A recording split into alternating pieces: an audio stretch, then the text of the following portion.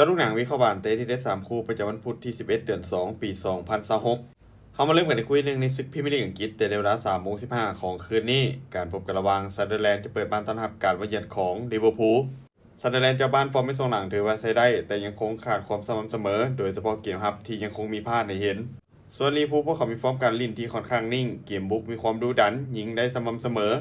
แต่ปัญหาหลักของทีมคือการขาดหายไปของสปอตไลท์ที่ถูกใบแดงในเกมล่าสุดที่พบกับแมนซิตี้อาจจะเห็นให้เกมขาดความลงตัวไปได้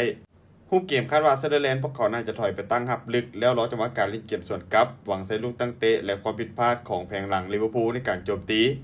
ส่วนลิเวอร์พูลพวกเขาน่าจะเป็นฝ่ายที่คล้องบาดและบุกเข้าใส่ตั้งแต่ต้นเกมโดยอาศัยความไวจากทางริมเส้นบวกกับการเพรสซิ่งสูงถ้าหากได้ประตูแรกขึ้นนำได้ไว้เกมจะเปิดทันทีลิเวอร์พูลถึงแม้พวกเขาจะขาดตัวรักไปแต่เบิ่งจากภาพรวมในตอนนี้พวกเขายังคงดูดีกว่าเจ้าบ้านการคาดการณ์สกอร์ที่น่าจะเกิดขึ้นลิเวอร์พูลจะบุกมาเฉือนเอาชนะซันเดอร์แลนด์ไปด้วยสกอร์2-1มาตอนคุย2เตะในเวลา 2:30 ของคืนนี้การพบกันระหว่างแมนเชสเตอร์ซิตี้จะเปิดบ้านต้อนรับการมาเยือนของฟูลแลมซิตี้พวกเขามีฟอร์มการเล่นในช่วงหลังที่กำลังฮ้อนแฮงโดยสามารถเก็บชัยชนะได้4จาก5เกมหลังสุดจุดเด่นของทีมคือตัวผู้เล่นที่มีความหลากหลายการคล้องบาลเดียวแน่นและยิงประตูได้ค่อนข้างสม่ำเสมอส่วนฟูลแลมทีมเยือนฟอร์มไม่ส่งหลังค่อนข้างแกร่งแพ้หลายเกมรับยังคงมีซองโวให้คู่แข่งเจาะได้ง่าย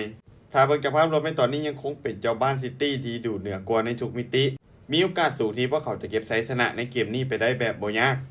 การคาดการณ์สกอร์ที่น่าจะเกิดขึ้นแมนเชสเตอร์ซิตี้จะเปิดบ้านเอาชนะฟูลแลมไปด้วยสกอร์2-0มันตอนที่3มันอยู่ที่ศึกพรีเมียร์ลีกอังกฤษในเวลา 2:30 ของคืนนี้การพบกันระหว่างแอสตันวิลล่าจะเปิดบ้านต้อนรับการมาเยือนของไบรตันวิลล่าเจ้าบ้านฟอร์มไม่ทรงหลังเริ่มมีสะดุดให้เห็นโดยเฉพาะเกมรับที่ยังคงมีความผิดพลาดปัญหาหลักของทีมในตอนนี้คือเกมบุกที่ยิงประตูได้ค่อนข้างฟืด